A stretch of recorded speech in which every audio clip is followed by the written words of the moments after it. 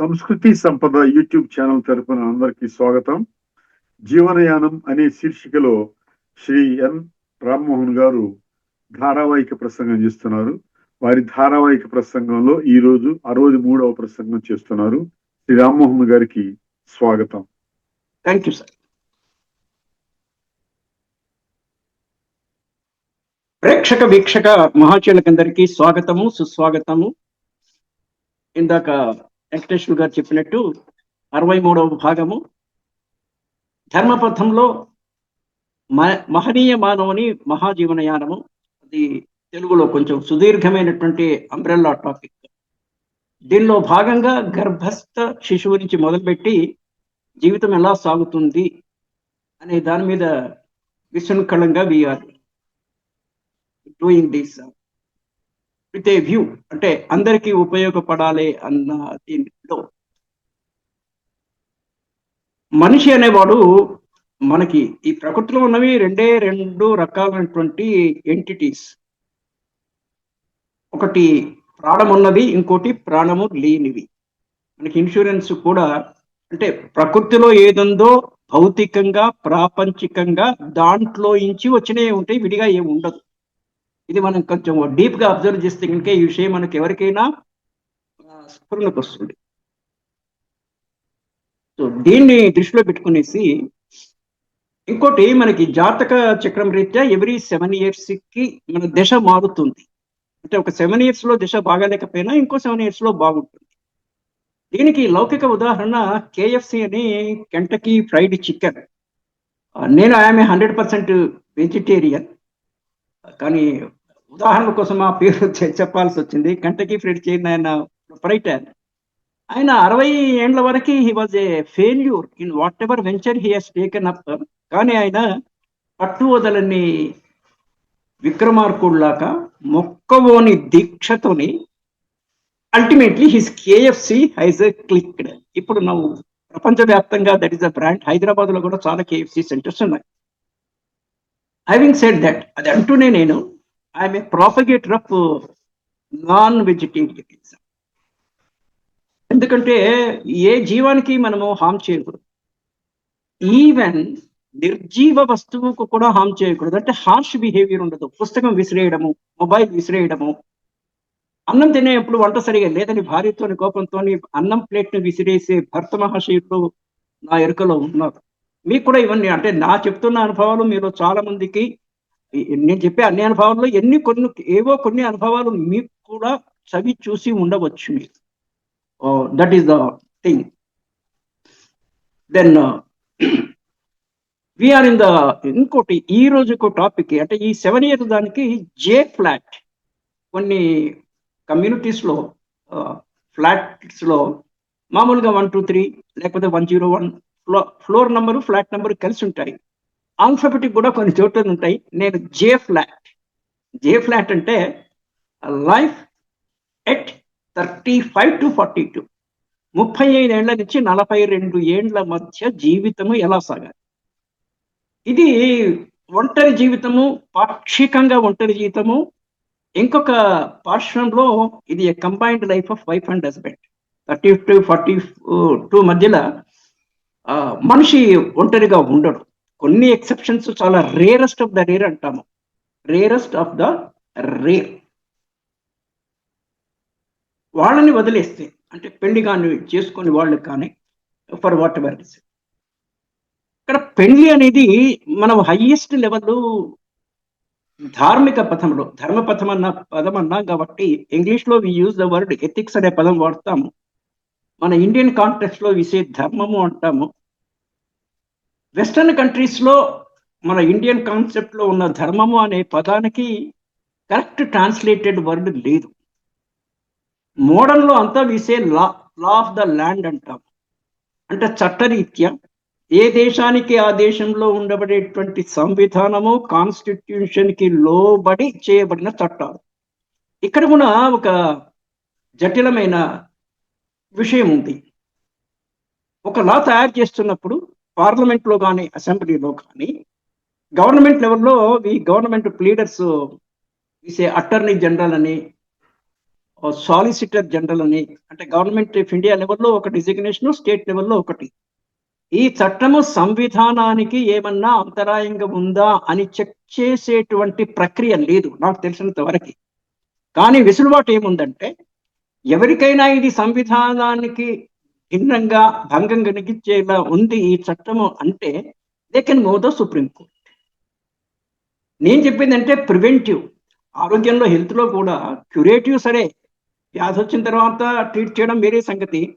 Preventive care తీసుకోవాలి కదా.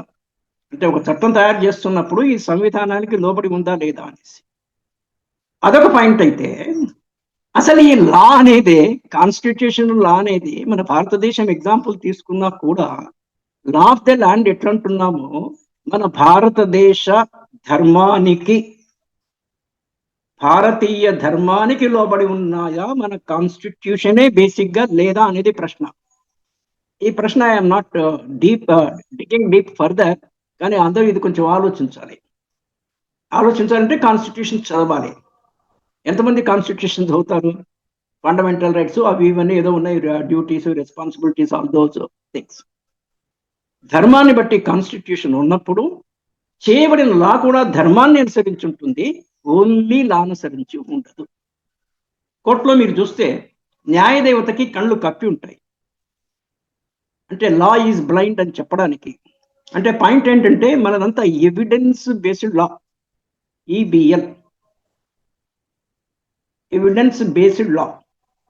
Evidence ఉంటే తప్పుని రైట్ కింద కూడా ప్రూవ్ చేయొచ్చు, because the evidence is there. మీకు చాలా మందికి తెలుసుండొచ్చు, కోర్టుల్లో అదే పనిగా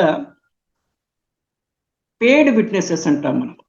పేడ్ విట్నెసెస్, వాళ్ళకి ఎంతో కొంత డబ్బులు ఇస్తారు, 500, 1000, 2000, 5000, 10,000 whatever, and they pay the witness or wrong witnesses. దీనికి చెప్పుకోదగ్గంత చెక్ లేదు. అంటే ఇవన్నీ నేను సామాజిక విశ్లేషణ కోసము నేను చెప్తుందంతా 100% రైట్ అన్న పాయింట్ కాదు, కానీ ఆ అంశం ఉంది. ఆ అంశానికి ఎవరెవరి వ్యక్తిగత అనుభవాన్ని బట్టి వాళ్ళు you can modulate and do a further research on it. కోర్టులో సాక్ష్యం చెప్పే ముందు భగవద్గీత మీద, వాళ్ళు నమ్మిన ఏ మత గ్రంథం మీద కూడా ప్రమాణం చేయించి, ఓత్, ఇంగ్లీష్లో విసే ఓత్. ఓత్ అన్నప్పుడు ఓత్ కమిషనర్ అని కూడా ఒక డిసిగ్నేషన్ ఉంది. ఆయన ముందర ఓత్ తీసుకుంటే ఓత్ ఆన్ డిక్లరేషన్ అని ఉంది. కోర్టులో చెప్పేది it's a oath on declaration. ఆ పుస్తకం మీద పెట్టి, నేను ఈ పుస్తక ప్రమాణంగా, నేను నమ్మే ఈ పుస్తక ప్రమాణంగా అంతా నిజమే చెప్తాను, అబద్ధము అని చెప్పమని ప్రమాణం చేస్తూ అబద్ధం చెప్పే పేడ్ విట్నెసెస్ ఉన్నారు. So that is another pass. ఈ ధర్మము న్యాయానికి తేడా ఏంటంటే, ధర్మము పూర్తిగా వ్యక్తిగతం. అంటే వ్యక్తిగత ధర్మము అనేది ఉంది జనరల్గా కూడా, కానీ వ్యక్తి దాన్ని స్వీకరించవచ్చు, స్వీకరించకపోవచ్చు. లా అట్లా కాదు. లా కాంటెంపరీగా సమకాలంలో ప్రభుత్వం అమలు చేసేది కనుక నీవు లాని వెల్లించడానికి లేదు. లా ప్రకారం నడుచుకోకపోతే you are liable for punishment, మీరు శిక్షార్హులు. న్యాయం తప్పితే. ధర్మం తప్పితే శిక్ష లేదు. అంటే మీ న్యాయమే ధర్మాన్ని బేస్ చేసుకొని లేదు. ఇది నా ప్రస్తావన. You can take it the way you like it and delve with it. దాన్ని బట్టి మీరు ఫర్దర్గా వెళ్ళొచ్చు. నౌ మనకంతే మనిషికి ప్రకృతి అంటే, నేను ప్రకృతినే దైవము అని నమ్ముతాను.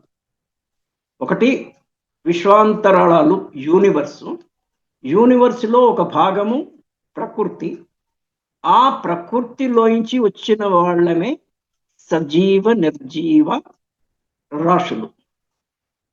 కొన్ని జీవంతో ఉన్నాయి, కొన్ని నిర్జీవంగా ప్రాణము లేని ఉన్నాయి, ఉండి లేనివి కూడా కొన్ని ఉన్నాయి. ఫర్ ఎగ్జాంపుల్ చెట్లకి, జగదీష్ చంద్రబోస్ సైంటిస్ట్ గారు, హీ సెడ్ దట్ చెట్లకు లైఫ్ ఉందనేసి ఆయన ప్రూవ్ చేశాడు. ప్రూవ్ చేయక్కర్లా, పెరుగుతుంది కదా.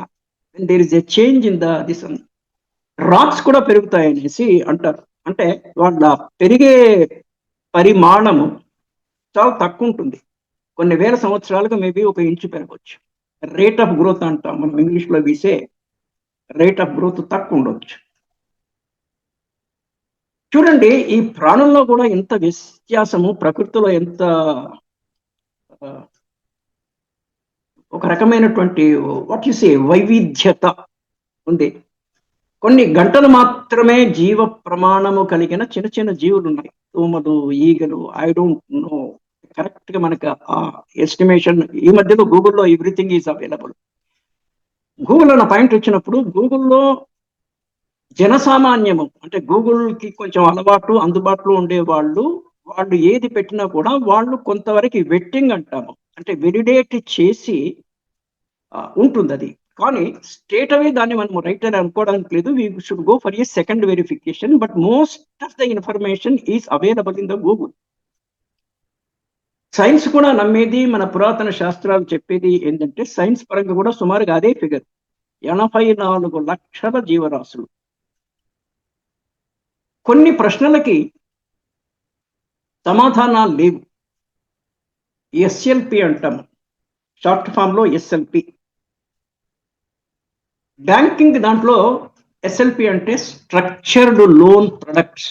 రిటైల్ లోన్స్ ఇచ్చే వాటిని స్ట్రక్చర్డ్ లోన్ ప్రొడక్ట్ అని అంటారు. స్ట్రక్చర్డ్ అంటే for example motor cycle loan, car loan ఉన్నాయి అనుకోండి, ఒకటే టైప్ ఆఫ్ డాక్యుమెంట్స్ ఆ సెట్ తయారు చేస్తే ఎంతమందికైనా ఇవ్వచ్చది.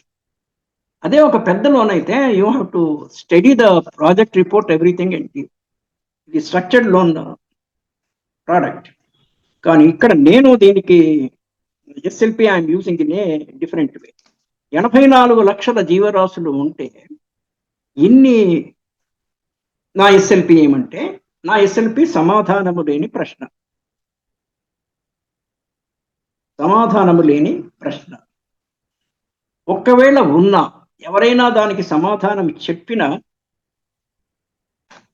వినేవాడికి ఆమోదయోగ్యంగా కూడా ఉండాలి, జనామోదము ఉండాలి. మనకి ఎక్స్ట్రా ప్రశ్నలు ఉన్నాయి, ఏటాళ ప్రశ్నలు ఉన్నాయి. ఎక్స్ట్రా ప్రశ్నలు కొంత 100 and down ఉన్నట్టుంది.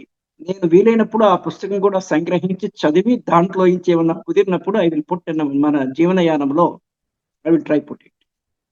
ఇప్పుడు 84 లక్షల జీవరాశులు అవసరమా అనేది ఒక మీమాంస, ఒక ప్రశ్న. కొన్ని మనకి సమాధానము తెలియనప్పుడు ఆంగ్లంలో ఒక ఫ్రేజ్ ఉంది, బెనిఫిట్ ఆఫ్ డౌట్, బిఓడి.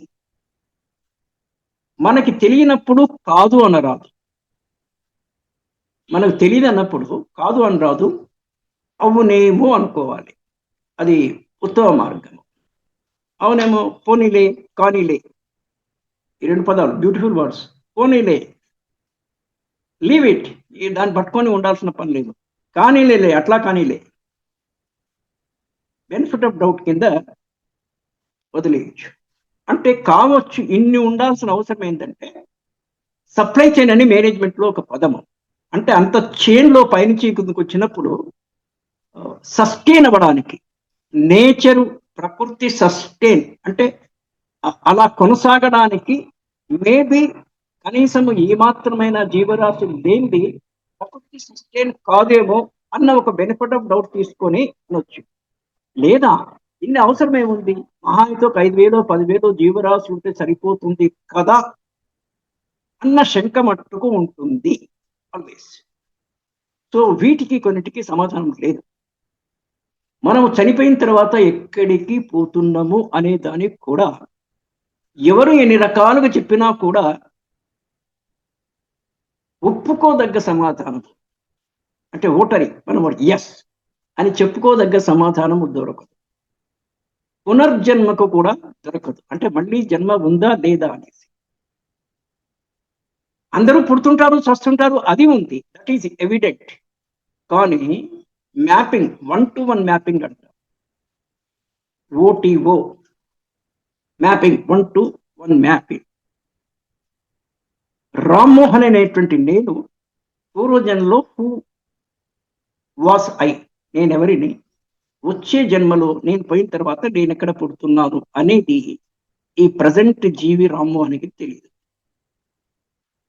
అంటే సృష్టిలో ఒక పెద్ద రహస్యం ఏంటంటే nature will not allow everything to be known. దాన్నే మనం materialistic words we say in the name of privacy, confidentiality, confidential అంటాం, కొన్ని సీల్డ్ కవర్ అంటాం. ఆ కవర్ తర్వాత ఓపెన్ చేస్తారు, ఇప్పుడు కాదు, but your fate is sealed for time being. ఆ పదాలతోని మనము సో ప్రకృతి మనకి అన్ని విషయాలు తెలియలేదు, మనకి ఎంత అవసరమో అంతవరకే it is open to us. మిగిలినవి ఉన్నవి మనకి తెలియదు. సో మనకి కనపడనివి లేనట్టు కాదు, మనకు కనపడనటువంటి విషయాలు లేనట్టు కాదు, మనకు వినపడని ధ్వనులు లేనట్టు కాదు. కొన్ని జంతువులకి మనకన్నా చాలా హెచ్చైన వినికిడి శక్తి ఉంది. ఎగ్జాంపుల్, కుక్కలు రాత్రిపూట మురుగుతుంటాయి. డెసిబెల్స్ అంటారు, అంటే మనకి సైంటిఫిక్గా సౌండ్ అనేది మనం రొటీన్గా మాట్లాడుతుంటాము. అకౌస్టిక్స్ అనేసి దాని టెక్నికల్ నేమ్, ACCOUSTIC,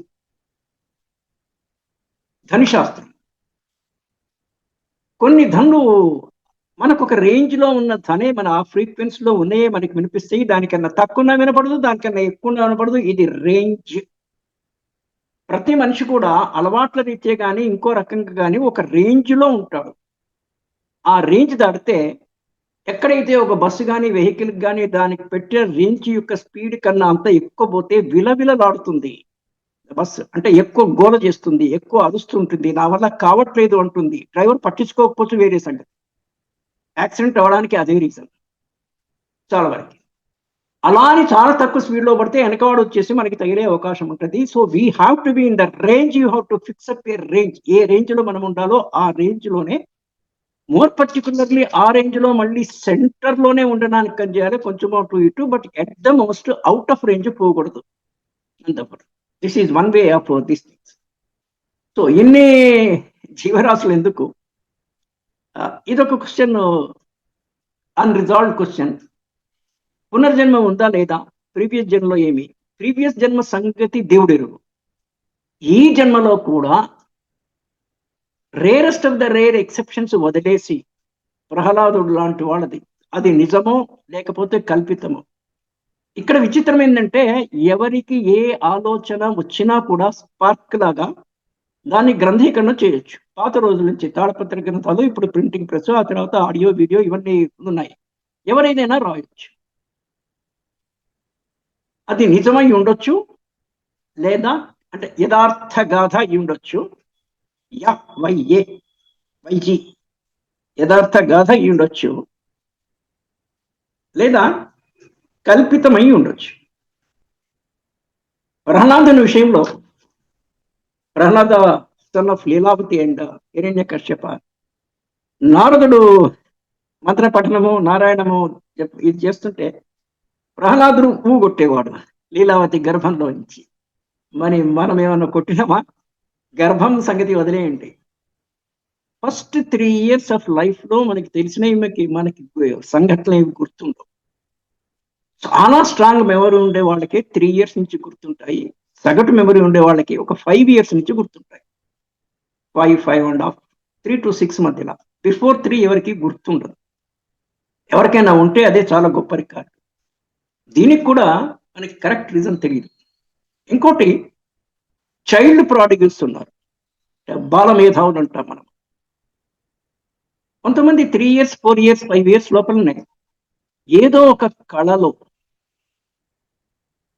లైక్ సంగీతంలో కానీ, ఏదైనా ఒక శ్లోకాలు వల్ల వేసి మళ్ళీ చెప్పడంలో కానీ. నాకు తెలిసిన ఒక కుర్రాడు 3-4 years ఏజే, ఐ థింక్ ఇన్ మే అతని ఉపనయనం కూడా ఉంది. యుఎస్ లో ఉంటారు, ఇక్కడ వస్తున్నారు మేలో ఉపనయనం. ఆ పిల్లాడు 3-4 years ఉంటానే భగవద్గీతలో మీరు ఏ పేజ్ మీద ఏ శ్లోకం ఉంటే చెప్పేస్తుంటాడు. నాకే రాదు. అంటే నేను చాలా వెరీ ఆర్డినరీ పర్సన్ కిందనే ట్రీట్ చేసుకుంటాను. సాధారణంగా ఒక విషయంలో నిష్ణాతుడు కావాలంటే 10,000 గంటల ప్రాక్టీస్ చేయాలి అనేసి ఒకటి. 10,000 గంటలు అంటే సుమారుగా డైలీ 10-12 గంటలు అట్లా లెక్కేసుకున్నా కూడా ఇట్ అప్రాక్సిమేట్లీ టేక్స్ 10 years. తదేక ధ్యాస, TED షార్ట్ ఫామ్ లో తదేక ధ్యాస, అవిరళ కృషి. ఈ రెండు పెట్టి గనక చేస్తే he will become a subject matter expert in that particular subject, whatever subject he studies. మనకి రెండే పాయలు విజ్ఞానంలో, అంటే నాలెడ్జ్లో. ఒకటి సైన్స్, ఇంకొకటి ఆర్ట్. మూడవది లేదు. ఈ కామర్స్ ఇవన్నీ మనకి డిగ్రీ కోసమే ఉన్నాయి, కానీ ప్రాథమికంగా రెండే విభజనలు, ఒకటి సైన్స్, ఇంకొకటి ఆర్ట్. ఈ రెండిటికి తేడా ఏంటంటే, ప్రామాణికంగా అంటే ఎవరు అది అప్లై, ఎవరు స్విచ్ చేసినా కూడా లైట్ వెలుగుతుంది. ఒక పెద్ద ఆయన్నే వేస్తే వెలుగుతారు అనేది లేదు. సో ప్రామాణీకరించబడినది అంటే ప్రయోగాలు చేసి చేసి స్టాండర్డైజ్ చేసి ఎవరికైనా ఉపయోగపడేది, ఎవరైనా చదువుకొని అర్థం చేసుకునేది science. Then what is art? మీరు సోషల్ మీడియాలో కూడా చూస్తుంటే మెనీ పీపుల్ బ్యూటిఫుల్ ఫీట్స్ చేస్తుంటారు. తల కిందలో కూర్చొని ఇది చేయడము, కింద ప్లేట్లో బాల్స్ పెట్టుకొని. నిన్నే ఒకటి చూశాను, ఈ బాల్ చేతితో వేస్తే సరిగ్గా రివర్స్ లో ఉన్న ఫుట్ మీద అది నిలబడుతుంది. ఇలా ఒకటని కాదు, ఇదంతా సైన్స్ కి, అవుట్ ఆఫ్ సైన్స్. సైన్స్ కి ఒకవేళ సైన్స్ కి ఉన్నా కూడా ఇంతవరకు సైన్స్ దాన్ని వాట్ వి సే జనరలైజ్. ఇప్పుడు మొబైల్ అందరూ యూజ్ చేస్తారు. మొబైల్ గురించి వాళ్ళకేం తెలియకపోయినా కూడా మొబైల్ యూజ్ చేస్తుంటారు. అంటే ఎండ్ యూజర్ అనే ఒక కాన్సెప్ట్. ఇప్పుడు బస్సు డ్రైవ్ చేస్తాడు డ్రైవర్, అతనికి మెకానిజం తెలియదు. బస్సు ఆగిపోతే డిపో మేనేజర్కో అక్కడికి వరకు ఫోన్ చేస్తాడు, వాళ్ళు వచ్చేసి రిపేర్ చేస్తారు. సో యూజ్ చేసుకు ఎండ్ యూజర్కి ఆ ప్రోడక్ట్ యొక్క ఇది తెలియదు. This is one thing. When I say product అనే పదం నేను వాడుతున్నప్పుడు, మనము కూడా ప్రోడక్ట్, మనం మనుషులమంతా కూడా we are bio products, biological products. మన ప్రతి ప్రోడక్ట్ కి ఒక మాన్యువల్ ఉంటుంది. ప్రోడక్ట్ కొన్నప్పుడు మరి చిన్న వదిలేస్తే ఒక స్టాండర్డ్, దానికి మీరు మొబైల్ కొన్నా కూడా, టీవీ కొన్నా కూడా, you get a product manual. దీన్ని ఎట్లా వాడాలి, చెడిపోకుండా ఉండడానికి, లాంగ్విటీ చాలా రోజులు పనిచేయాలి, ఎట్లా వాడాలి, ఎప్పుడైనా రిపేర్ వస్తే ఏం చేయాలి, all those things you build in the product manual. మరి మనిషికి ప్రోడక్ట్ మాన్యువల్ ఉండాలి కదా. మనిషికి ప్రోడక్ట్ మాన్యువల్ ఉందా అంటే, మనకి ధర్మసింధు అని ఒక ఓల్డ్ టెక్స్ట్, ధర్మసింధు ఆ పేరు, నేను కూడా చదవలేదు అది. దట్ ధర్మాన్ని గురించి, మానవ ధర్మాన్ని గురించి బోధించేది ధర్మసింధు. ధర్మశాస్త్రము అనేసి, ప్రస్థాన త్రయము, all those things are there. Simple గా అందరికీ అర్థమయ్యేటట్టు అంటే భగవద్గీత తీసుకో. భగవద్గీతలో 700 శ్లోకాస్, వాట్ ఎవర్, 701 ఆర్ 700, 18 అధ్యాయాలు. సెట్ ఆఫ్ 6 చాప్టర్స్ వేసే షట్కము, 6 ఉంటే షట్కము, 3 × 6 18. That is the thing. భగవద్గీతని అందరికీ సింపుల్ గా అర్థం అవడానికి, మిగిలిన పెద్ద పెద్ద వేదము అవన్నీ అండర్స్టాండ్ చేసుకోవడం కష్టము శ్లోకాల్లో దాంట్లో ఉండి. ఇప్పుడున్న పరిస్థితుల్లో సింపుల్ గా భగవద్గీత 700 శ్లోకాలని కూడా నాకు అర్థమైనంత వరకు, నేను కూడా ఒకసారి I was a moderator for the Bhagavad Gita. 18 రోజులు 18 మంది స్పీకర్స్ తోనే నేను మోడరేట్ గా ఉండి ఒకసారి చేయడం జరిగింది. 19వ రోజు I made A summarised presentation. ఆ అవసరం కోసము నేను ఎవ్రీడే ఆ చాప్టర్ క్షుణ్ణంగా మార్నింగ్ చదివేవాడిని, ఈవినింగ్ ఆన్లైన్ ఉండేది ఇది. ఆ స్పీకరు ఆ రోజు దాంట్లో ఏమన్నా వదిలేసేవాడిని, నేను కవర్ చేసేవాడిని. నాకు తర్వాత అనిపించింది కుదరట్లేదు, ఒక 20-30 పేజీలకు మించి టోటల్ సమ్మరీ వివరణతో కలిపితే కూడా, వివరణ లేకపోతే ఒక 20-30 బేసిక్ పాయింట్స్ వస్తాయి.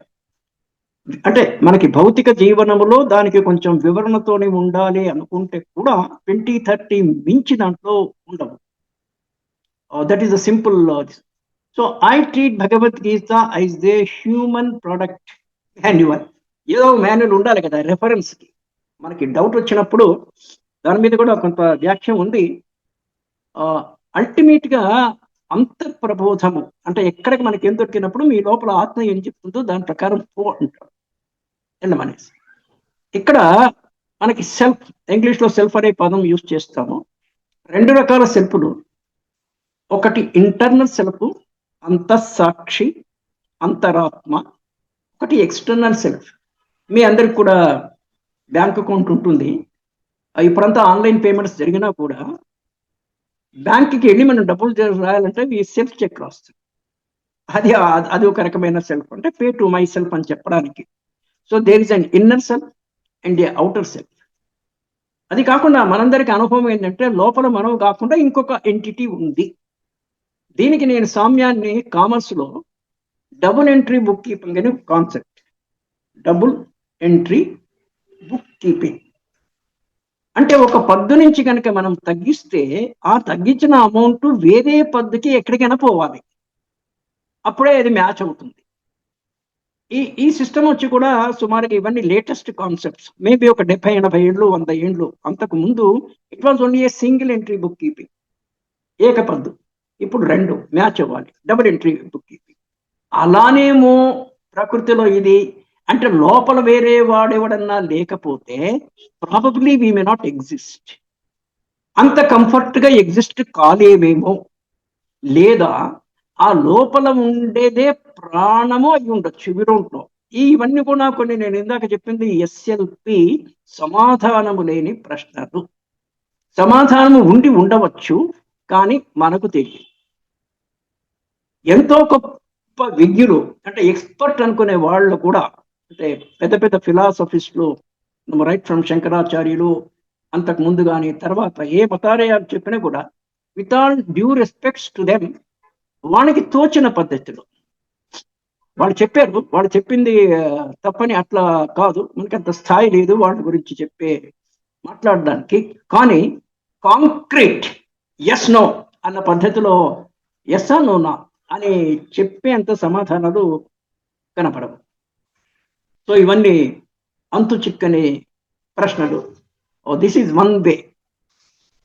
సింపుల్గా మనిషి ఎట్లా బతకాలి? Number 1, what is the way of living? LOW లో క్యాపిటల్స్ లో, లేకపోతే OWL అవుల్, గుడ్ల గోపని ఇంగ్లీష్లో అవుల్ అంటాము. నేను దాన్ని వే ఆఫ్ లివింగ్ కి షార్ట్ ఫామ్ కింద వాడతాను. 2 రకాల జీవనాలు. ఓన్ వే ఆఫ్ లివింగ్ అంటే నీకై నీవు బతకడం ఎట్లా, ఇంకొకరితోని కలిసి బతకడం ఎట్లా. ఇంకొకరు అంటే ఇంకొకరు ఎవరు అన్న ప్రశ్న వస్తుంది. Who is the other person with whom you live? Who is the other person with whom you live for a long time? That is your spouse. Who is the other person with whom you live for a long time in life? మీరు తల్లిదండ్రులతోనే వెచ్చించిన సమయము కన్నా మీ భర్తతోనే కానీ భార్యతోనే కానీ ఎక్కువ సమయం వెచ్చిస్తారు జీవితంలో. We should understand. పాతొక రోత కొత్తొక వింత అని ఒక సేయింగ్ ఉంది మనకి. సామెతల ద్వారా ప్రపంచవ్యాప్తంగా ఒక రమారమి ఎస్టిమేట్ ఒక 5 లక్షల సామెతలు ఉంటుంటాయి. మన అంటే ఆ కల్చరల్ కానోటేషన్ లో ఆ దేశంలో ఆ ఉండే కల్చర్ను బట్టి సామెతలు డెవలప్ అయినాయి. కానీ మోస్ట్ ఆఫ్ దెమ్, సగానికి పైన, they are applicable in any part of the world for any human being. That is the other way of living. So పాతొక రోత కొత్తొక వింత. జీవితంలో కూడా it's a combination of old and new. చిన్నప్పటి నుంచి మనం పెరుగుతున్న క్రమములో ఫస్ట్ టైము అది ఎక్స్పీరియన్స్ చేసినప్పుడు ఒక రకమైన క్యూరియాసిటీ, ఒక వింత అనుభవము, ఒక enjoyment, whatever you say, లేదా ఒక భయం. That is also possible. ఇదేదో జరుగుతుంది. ఫస్ట్ టైం భయపడ్డప్పుడు అదే వస్తువుకి అదే విషయానికి రెండోసారి నువ్వు భయపడవు, because you are habituated to it. Life is nothing but it's a habit, bundle of habits. Any human being is nothing but is a bundle of habits. This is one way of looking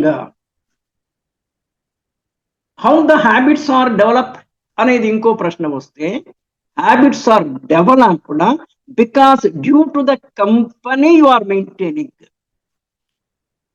what type of company you are maintaining? We company. We అంటే తోటి వ్యక్తులు, ఇంగ్లీష్లో సామెత ఉంది, మీ 5-6 friends పేరు చెప్పండి, మీ character మీ personality నేను చెప్తా అనే భావము. Tell me your friends names of your 5-6 friends, I can tell what you are అనేసి. వ్యక్తులు, వస్తువులు, మీరేం వస్తువులు యూజ్ చేస్తున్నారు? సిగరెట్ యూజ్ చేస్తున్నారా? పాలు యూజ్ చేస్తున్నారా? రాత్రిపూట కొంతమంది పాలు తాగుతుంటారు. నేను కూడా everyday before going to take I pick a cup of milk. చాలా మంది అంటే కొంతమంది గణనీయంగా they take a peg in the evening, late evening or night hours. So peg friend ఉన్నారా, మనకి మిల్క్ ఫ్రెండ్ ఉన్నారా? మూడవది విషయాలు, what type of subject you are interested. దీన్ని బట్టి ఈ మూడిటితోనే మనం డీల్ చేసేది. వీటిని బట్టే మన అలవాట్లు తయారవుతాయి. అలవాటు చేసుకునేటప్పుడు ఇది చేసుకోదగ్గదా, స్వీకరించదగ్గదా, రిజెక్ట్ చేయగలదా అనేటువంటి నేర్పు, ఓర్పు ఇవన్నీ ఉండాలి. నేను నేర్పు, ఓర్పు, కూర్పు, మార్పు, చేర్పు అనేసి అదొకటి చెప్తుంటాను. Anyway will stop for today here and continue tomorrow. Thank you for watching. నమస్తే. Done sir. జీవనయానం శీర్షికలో ధారావాహిక ప్రసంగం చేసిన శ్రీ రామ్మోహన్ గారికి ధన్యవాదాలు. Thank you sir.